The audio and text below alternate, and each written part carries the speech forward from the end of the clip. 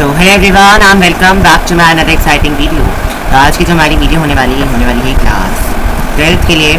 Class 12th की हम physics आज करेंगे, फिज़िक्स का चैप्टर 1। तो बहुत ही अच्छी वीडियो होने वाली है, बहुत इंटरेस्ट से इसको पढ़ेंगे। इस वीडियो में आपको मिल जाएगा इस चैप्टर का डिटेल्ड एक्सप्लेनेशन। इसमें आपको मिलेगा detailed explanation of the chapter.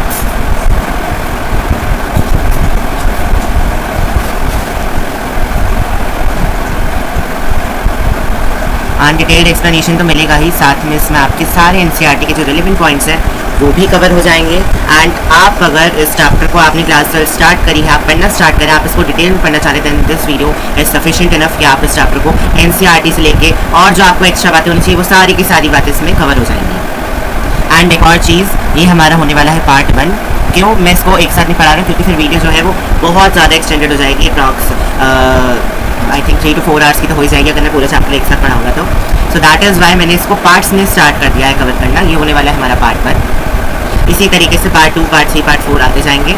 And हम जल्दी से जल्दी इसको ख़त्म करने का पूरा ट्राई करेंगे। तो आपको क्या करना है, आपको चैनल पे जाना है, प्लेलिस्ट में जाके आपको फिजिक्स में सर्च कर लेना है। शायद जब आप ये वीडियो देख रहे हो तो पार्ट्स आ चुके हों, इस वजह से आप उसको जाके एक्सेस कर सकते हैं। एंड अगर आप एग्जाम से सिर्फ एक दिन पहले पढ़ना चाहते हैं 1 शॉट के लिए, तो वो भी बहुत जल्द हमारे चैनल पर आने वाली है। और शायद आप चुकी हो अगर आप ये वीडियो बहुत लेट से देख रहे तो वो भी आप एक बार चैनल पर जाकर ज़रूर चेकआउट करिएगा। फिलहाल मैं चैप्टर स्टार्ट कर देता हूँ, that is chapter 1 electric charges and fields. So एक और चीज़ कि इसके जो नोट्स है वो आपकी बार आपको PDF के फॉर्म में डिस्क्रिप्शन बॉक्स में नहीं प्रोवाइड होने वाले हैं। हमारी जो मोस्टली वीडियोज़ हैं उनमें नोट्स जो है वो डिस्क्रिप्शन बॉक्स में प्रोवाइडेड है, but right now I am facing some problem in that's why आपको अभी नोट्स जो है वो साइड बाय साइड बनाने पड़ेंगे, जो आपको स्क्रीन पे दिख रहे होंगे। एंड शायद बहुत जल्दी वो प्रॉब्लम रिकवर हो तो ये नोट्स अपलोड भी हो जाए, मगर तब तक के लिए आप इसको अपने पास से ही बनाने को ट्राई करिएगा साइड बाय साइड। तो सबसे पहले बोला जा रहा है इलेक्ट्रोस्टैटिक्स के बारे में। यहीं से ही जो है क्लास 12 की फिजिक्स स्टार्ट होती है। इलेक्ट्रोस्टैटिक्स होता क्या है? It is the study of electricity को स्टडी करना, in which electric charges are static. Electric charges जो हैं जिसमें कि स्टैटिक हो। अब ये स्टैटिक वर्ड हम बहुत बार पहले भी सुन चुके हैं क्लास 11th में, तो इसका मीनिंग आपको पता होना चाहिए, that is not moving is called electrostatics. ऐसी इलेक्ट्रिसिटी की स्टडी करना इसमें कि इलेक्ट्रिक चार्जेस तो हों लेकिन वो मूव ना कर रहे हैं। अब जितनी भी इसमें चीज़ें आई हैं वो हम इस चैप्टर में समझेंगे कि कैसे हो रहा है ये सब, आखिर इलेक्ट्रिक चार्जेस क्या है, वो स्टैटिक क्यों है, ऐसा क्यों हो रहा है, ये पूरा एक्सप्लेनेशन यही चैप्टर में देता है। इस चैप्टर को आप पहले भी पढ़ चुके हैं अपनी छोटी क्लासेस में, मगर उसमें इतना डिटेल में नहीं था। यहाँ पे आपको इलाबोरेटेड फॉर्म मिलने वाला है, तो इस वीडियो को बहुत ज़्यादा ध्यान से सुनिएगा। एक ऐसी ब्रांच है जो कि डील करती है study of force, fields, potentials arising from static charges. रुके हुए चार्जेस से जितनी भी चीज़ें अराइज कर रही हैं, फोर्स निकल रही है उसमें से, फील्ड्स लाइन निकल रही हैं उसमें से, पोटेंशियल्स निकल रहे हैं, तो इन सब की ही स्टडी करना इसमें आता है। देखिए हमने चार्जेस तब तक पढ़े होंगे, लेकिन आपको पता नहीं होगा कि वो फोर्स भी देते हैं, कुछ उनमें से फील्ड्स भी निकलती हैं और उसमें से कुछ पोटेंशियल भी निकलता है। अभी होते क्या, यही हमें चैप्टर में आगे पढ़ना है। तो सबसे पहले जो पहली टर्म आई थी इलेक्ट्रिक चार्जेस, वही हम इसको यहाँ पे पढ़ेंगे। आखिर इलेक्ट्रिक चार्ज होते क्या है? ये एक ऐसी प्रॉपर्टी है मैटर की, मैटर वही which can not be created, can not be destroyed, वही वाला मैटर यहाँ पे हम बोल रहे हैं, due to which it produces या experiences electrical and magnetic effects. ऐसी प्रॉपर्टी मैटर की जिसकी वजह से प्रोड्यूस हो या फिर एक्सपीरियंस कर सकें हम इलेक्ट्रिक चार्ज और मैग्नेटिक इफेक्ट्स को। अब हमने क्लास 11th में जितने भी हमने मोशंस देखे थे, चाहे वो काइनेमैटिक्स में हो, हम देख रहे थे कोई स्टोन उड़ा, हमने फेंका उसको तो वो नीचे गिरा, तो हमें नीचे गिरते हुए वो दिख रहा था। मगर जहाँ पे इलेक्ट्रिसिटी की बात है, जहाँ पे मैग्नेटिक इफेक्ट्स की बात है, वहाँ पे हम उसे देख नहीं सकते हैं, you can only feel it. आप दो जब मैग्नेट्स को पास लेके आते हैं, सो यू ऑब्जर्व दैट उनके बीच में मैग्नेटिज्म शो होता है, which we cannot see but we can feel it only। तो यहाँ पे हमें फील करना पड़ेगा, that is why it is a little bit of difficulty in it, मगर हम वो कर लेंगे बहुत आसानी से। It is possible to develop the charge by rubbing two solids having friction। मान लीजिए मेरे पास ये दो सॉलिड्स हैं, one is pink and one is black। तो मैं क्या करूँ कि इनके अंदर चार्ज डेवलप हो जाए, मुझे इनके बीच में फ्रिक्शन लाना पड़ेगा। फ्रिक्शन कैसा आएगा? जब मैं इन दोनों को रब करना स्टार्ट कर दूँगा, जब मैं इसको रब करूँगा तो इन दोनों के बीच में एक फ्रिक्शन डेवलप होगा, जिसकी वजह से इसमें चार्ज डेवलप होगा। चार्ज कैसे डेवलप होगा? इसमें से कोई चीज़ इसमें आएगी और इसमें से कोई चीज़ इसके अंदर जाएगी, मतलब दोनों में ट्रांसमिशन जब चलेगा तभी इसमें इलेक्ट्रिक चार्ज डेवलप होंगे, और वो होंगे कब? जब इन दोनों में फ्रिक्शन होगा। आगे बताया गया है एक्सेस और deficiency of electrons in any body give rise to concept of electric charge. किसी भी चीज़ के अंदर या तो इलेक्ट्रॉन्स बढ़ जाएं, जैसे कि हम देखते थे एक हमारा एलिमेंट था सोडियम पीरियोडिक टेबल में, इस पे प्लस साइन आता था। क्यों? क्योंकि अपना एक इलेक्ट्रॉन जो है वो डोनेट कर देता था, तो इस पर इलेक्ट्रॉन की डेफिशिएंसी हुई ना। क्यों? क्योंकि इसने अपना एक इलेक्ट्रॉन दे दिया। तो जहाँ पे भी डेफिशिएंसी है या फिर किसी ने इसका इलेक्ट्रॉन ले लिया, कोई चीज़ कोई ले रहा है किसी से, in that case we give the concept of electric charge. अब चार्जेस के बारे में देख लीजिए कितने टाइप के चार्जेस होते हैं। दो टाइप के होते हैं, एक होता है पॉजिटिव और एक होते हैं नेगेटिव चार्ज।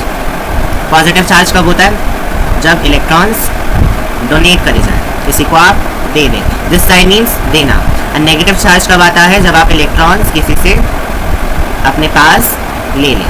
तो the symbol of charges Q, small Q से भी शो करते हैं हम चार्ज को, कैपिटल क्यू से भी शो करते हैं। इसकी एसआई यूनिट क्या है? कूलम। वैसे तो इसकी बहुत सारी यूनिट्स होती हैं, मगर हमें एसआई यूनिट याद रखनी, जो कि है कूलम। अब हम बात करते हैं प्रॉपर्टीज ऑफ चार्जेस की। बहुत सारी प्रॉपर्टीज होती है एक चार्ज के पास, क्या क्या होती है वो हम देख लेते हैं फटाफट से। पहली property, it is a scalar quantity which only has magnitude and no direction. इसके पास सिर्फ और सिर्फ मैग्नीट्यूड होगा। मैग्नीट्यूड मतलब इसको डिस्टेंस तो पता होगा, लेकिन इसको डायरेक्शन नहीं पता होगी कि वो इस साइड जा रहा है, वो इस साइड जा रहा है, वो इस साइड जा रहा है, या फिर वो इस साइड जा रहा है। जैसे हम बोल देते हैं bullet is moving with speed 20 metre per second in the east direction, या फिर in the south direction, in the north direction, in the west direction. मैं इस तरीके से बोल के स्पेसिफाई कर रहा हूँ डायरेक्शन। सो इसके यहाँ पे ऐसा बिल्कुल भी नहीं होगा। बस में ऐसे डायरेक्शन बोली जाए कि जिस डायरेक्शन में ट्रेन जा रही है उसी डायरेक्शन में बस भी जा रही है, तो यहाँ पे भी हम डायरेक्शन को स्पेसिफाई करें। मगर जहाँ पे डायरेक्शन ना स्पेसिफाई हो, यहाँ पे एक सिंपल हमें इस तरीके से शो कर दीजिए, ऐसे हो रहा है, ऐसे हो रहा है, ऐसे हो रहा है। जहाँ पे हमें प्रॉपर डायरेक्शन का कुछ ना पता हो, वहाँ पे हम स्केलर क्वांटिटी बोल देते हैं। That is why charge is a scalar quantity. अब ये वाली बात तो हमें पता ही है, that like charges repel each other and unlike charges attract each other. Same charges दूर जाएंगे और डिफरेंट चार्जेस पास में आएंगे। Then charges are additive in nature. Charges जो है वो एडिटिव होते हैं नेचर में। कैसे? यहाँ पे इसकी पूरी थ्योरी लिखी हुई है, जो कि बहुत कॉम्प्लिकेटेड लिखी हुई है, इतना हमें नहीं कॉम्प्लिकेटेड बनाना है। इस डायग्राम से हम समझेंगे इसको बहुत आसानी से। बोल रहे हैं कोई एक सिस्टम है, कि येलो कलर से जो है हमें एक सिस्टम शो करा हुआ है।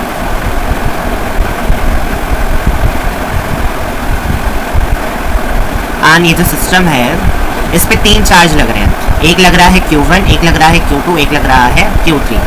एक सिस्टम है हमारे पास पूरा, उस पर 3 जगह से चार्ज लग रहा है। एक लग रहा है Q1, एक लग रहा है Q2 और एक लग रहा है Q3। तो हमें बताना है कि आखिर इस पूरे सिस्टम पे टोटल चार्ज कितना लगेगा।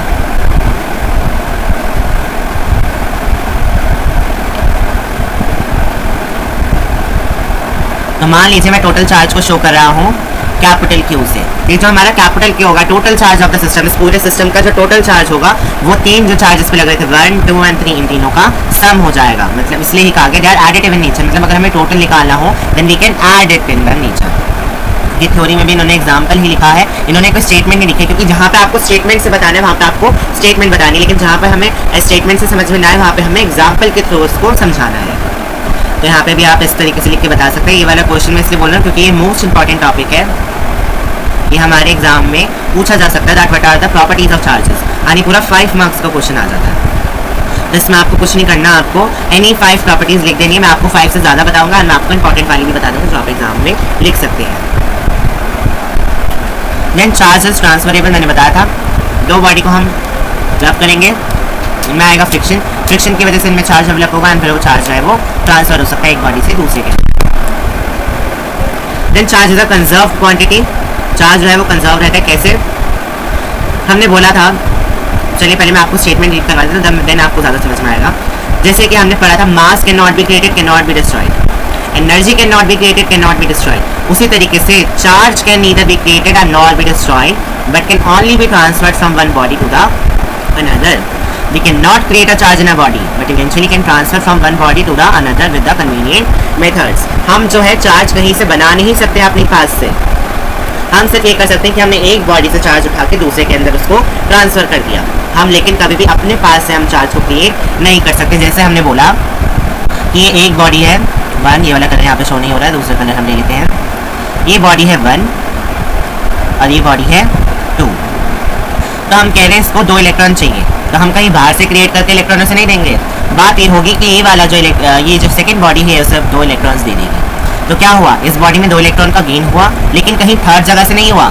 एक बॉडी से जो दूसरी बॉडी में है जो चार्ज है वो जा चुका है, और इस वाली बॉडी ने अपने 2 इलेक्ट्रॉन्स को लूज कर दिया। मतलब चार्ज कहीं तीसरी जगह से नहीं आ रहा है, चार्ज कंजर्व रह रहा है, एक जगह से दूसरी जगह ट्रैवल हो रहा है, दूसरी से वापस कहीं पे। अब ये भी हो सकता है कि अभी इसमें थोड़ी देर बाद ही वापस इसमें चला जाए। मतलब चार्ज कभी भी ऐसा नहीं होगा कि कहीं गायब हो गया या फिर कहीं पे हमने उसे तीसरी जगह से डाल दिया, सिर्फ वो एक जगह से दूसरी जगह ट्रैवल करेगा। देन चार्ज इज ऑलवेज क्वांटिनाइज्ड, क्या मतलब है, थोड़ी बहुत डिफिकल्ट है, इसको नहीं पढ़ेंगे, सिंपल बात समझेंगे। मान लीजिए एक बॉडी है 1 एंड एक बॉडी है 2। इस वाली बॉडी ने इसे एक इलेक्ट्रॉन को, इसे अपना एक इलेक्ट्रॉन दे दिया, बॉडी 1 ने अपना एक इलेक्ट्रॉन बॉडी 2 को दे दिया। तब बताइए इस पे चार्ज कितना डेवलप हुआ। तो जितने इलेक्ट्रॉन्स दिए जाएंगे उतना ही चार्ज डेवलप होगा। तो मैं बोलूँगा Q कितना हुआ, चार्ज कितना हुआ, so it will be equals to 1 electron. अब यहाँ पे जो इलेक्ट्रॉन है इसकी हमें वैल्यू पता होनी चाहिए। इलेक्ट्रॉन की वैल्यू होती है 1.6 × 10⁻19 कूलम। इतना चार्ज जो है एक इलेक्ट्रॉन पे होता है। तो अगर मैंने एक इलेक्ट्रॉन ट्रांसफर करा तो मैंने कितना चार्ज ट्रांसफर करा, ये वाली वैल्यू के जितना। एक और एग्जाम्पल से समझिए, एक बॉडी है 1, एक बॉडी है 2। तो अगर मैंने इस वाली बॉडी से इस वाली बॉडी में 3 इलेक्ट्रॉन्स ट्रांसफर करे तो इस पर चार्ज कितना होगा, Q equals to 3 electron. Again electron की वैल्यू यहाँ पे पुट करिए, 3 को मल्टीप्लाई कर दीजिए, 3 को मल्टीप्लाई कर दीजिए इस वाली वैल्यू से and you will get your answer. आपको अपना आंसर मिल जाएगा। तो जल्दी से जाके कमेंट सेक्शन में टाइप करिए कि इसको जब आप 3 से मल्टीप्लाई करेंगे तो क्या आंसर आएगा। वीडियो को पॉज करके जल्दी से करिए एंड देन वीडियो को रिज्यूम करिए फटाफट से। तो यही बात यहाँ पे बताई गई है। Just a second, let me clear the screen, then I am going to explain to you. किसी भी बॉडी पे अगर हमें चार्ज होना बॉडी Q हमें पता करना हो तो वो दिया जाता है Q equals to NE। N क्या है, जितने इलेक्ट्रॉन ट्रांसफर हुए हैं। जैसे कि 1 इलेक्ट्रॉन ट्रांसफर हुआ तो N की वैल्यू 1 हो जाएगी, 2 हुआ तो 2 हो जाएगी, 3 हुआ तो 3 हो जाएगी। एंड मैं बोलूँ अगर N नंबर ऑफ इलेक्ट्रॉन्स गए हो तो वैल्यू N हो जाएगी। और इसको हम मल्टीप्लाई कर देंगे E के साथ, जो कि E की वैल्यू हमें पता है वो हम पुट करके आंसर निकाल सकते हैं। लेकिन एक बहुत ज़्यादा इंपॉर्टेंट बात ये है कि जो N है, N की वैल्यू सिर्फ और सिर्फ एक होल नंबर हो सकती है। होल नंबर्स क्या होते हैं, जो 0 से ज़्यादा हो, 0 से कम वाले जो हैं वो होल नंबर्स नहीं होते हैं। एंड वो होने भी सिर्फ इंटीजर्स चाहिए। ऐसा कभी नहीं होगा कि एक बॉडी ये है और एक बॉडी ये है और इससे इसमें हाफ इलेक्ट्रॉन का ट्रैवल हुआ, ऐसा कभी भी नहीं हो सकता। अगर जाएगा तो पूरा 1 इलेक्ट्रॉन जाएगा, जाएगा तो पूरे 2 इलेक्ट्रॉन जाएंगे, जाएंगे तो पूरे 3 जाएंगे, इस तरीके से चलेगा। कभी भी वैल्यू इन दोनों के बीच में, इन दोनों के बीच में लाए नहीं करेगी, सिर्फ और सिर्फ इंटीजर ही जो है वो इलेक्ट्रॉन जा सकते हैं। आई होप इतनी बात आपको समझ में आ गई होगी। देन अगली बात देख लेते हैं हम। अगली बात में लिखा गया है that charge is always associated with mass. Charge जो है वो हमेशा मास के साथ एसोसिएट करता है। कैसे, एक बॉडी पे आया नेगेटिव चार्ज तो उस पर जो मास है वो इंक्रीज कर जाएगा। यहाँ पे करेक्शन है, इसको कट कर लीजिए, डिक्रीज की जगह यहाँ पे इंक्रीज होना चाहिए, मैंने लिखा हुआ है ऊपर। अभी कैसे हो रहा है ये भी देख लेते हैं। मान लीजिए एक बॉडी है ये वाली, एक बॉडी है ये वाली, इस पे है 10 इलेक्ट्रॉन्स और इस पे है 6 इलेक्ट्रॉन्स।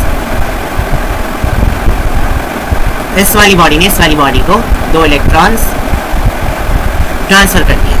तो क्या हुआ, इस वाली पे कितने हो गए टोटल, इसको 2 मिल गए तो इस पे हो गए 8 इलेक्ट्रॉन्स और इस पे कितने हो गए, इस पे भी हो गए 8 इलेक्ट्रॉन्स। और एक और बात, इस वाले पे आया पॉजिटिव साइन, क्यों, क्योंकि इसने इलेक्ट्रॉन्स दिए हैं। जो इलेक्ट्रॉन देता है उस पर पॉजिटिव साइन आता है, जिसने इलेक्ट्रॉन्स लिए हैं उस पर आएगा नेगेटिव का साइन। तो पहले इस पे कितने थे, पहले इस पे 10 थे और अब इस पे कितने हो गए, 8 इलेक्ट्रॉन्स हो गए। तो इस पे इलेक्ट्रॉन्स कम हुए हैं। अब जिस भी चीज़ पे हम कुछ कम करेंगे तो ऑब्वियसली उसका मास भी तो कम हो जाएगा। तो इसलिए जिस पे भी पॉजिटिव चार्ज आता है उसका मास जो है वो डिक्रीज कर जाता है। क्यों, क्योंकि इसने लॉस कर दिया इलेक्ट्रॉन्स को, उसने इलेक्ट्रॉन्स दे दिए किसी और को। वहीं अगर किसी पे नेगेटिव का साइन आ जाए तो उसने इलेक्ट्रॉन्स लिए हैं। कि कोई सी भी चीज़, हम किसी से भी कोई भी चीज़ लेते हैं तो हमारे पास चीज़ें बढ़ जाती है। तो बढ़ना किसी भी चीज़ का इंक्रीज होता है, मास में मास का इंक्रीज हो जाता है। क्यों, क्योंकि उसने इलेक्ट्रॉन्स गेन करे हैं, लिए हैं किसी और से। सो ये थी हमारी 7 प्रॉपर्टीज़। आज की वीडियो भी यहीं तक है। अगली वीडियो होगी हमारी मेथड्स ऑफ चार्जिंग पे। हम समझेंगे कि आखिर हम चार्ज कैसे कर सकते हैं किसी बॉडी को। लेकिन उससे पहले मैं आपको जो इस चैप्टर का मोस्ट इंपॉर्टेंट क्वेश्चन है वो बताता इस वीडियो को एंड करूँगा। दैट प्रॉपर्टीज़ ऑफ चार्जेस में आपसे 5 प्रॉपर्टीज़ पूछी जाए तो एक सबसे इंपॉर्टेंट प्रॉपर्टी है ये वाली, सेकेंड है ये वाली जो आपको एग्जाम में लिखनी है, वो वाली आपको बताई जा रही है। देन इज ये वाली, देन ये वाली एंड फिफ्थ वाली आप और कोई से भी लिख सकते हैं, लेकिन इन माई पॉइंट ऑफ व्यू ये वाली जो है वो ज़्यादा इंपॉर्टेंट है। तो मैंने आपको 5 प्रॉपर्टीज़ बता दी हैं जो कि आपको 5 मार्क्स के क्वेश्चन में लिख के आनी है। ये आप दोबारा से देख सकते हैं, यहाँ पे देख लीजिए। एंड 3 मार्क्स का है, तो आप इनमें से कोई सी भी 3 लिख सकते हैं अपनी मर्जी से। आई होप वीडियो आपको समझ में आई होगी। यहाँ तक वीडियो को देखा है तो like share and comment subscribe करते हुए जाइएगा चैनल को, and meet in next video and do check out for the part 2 of this video.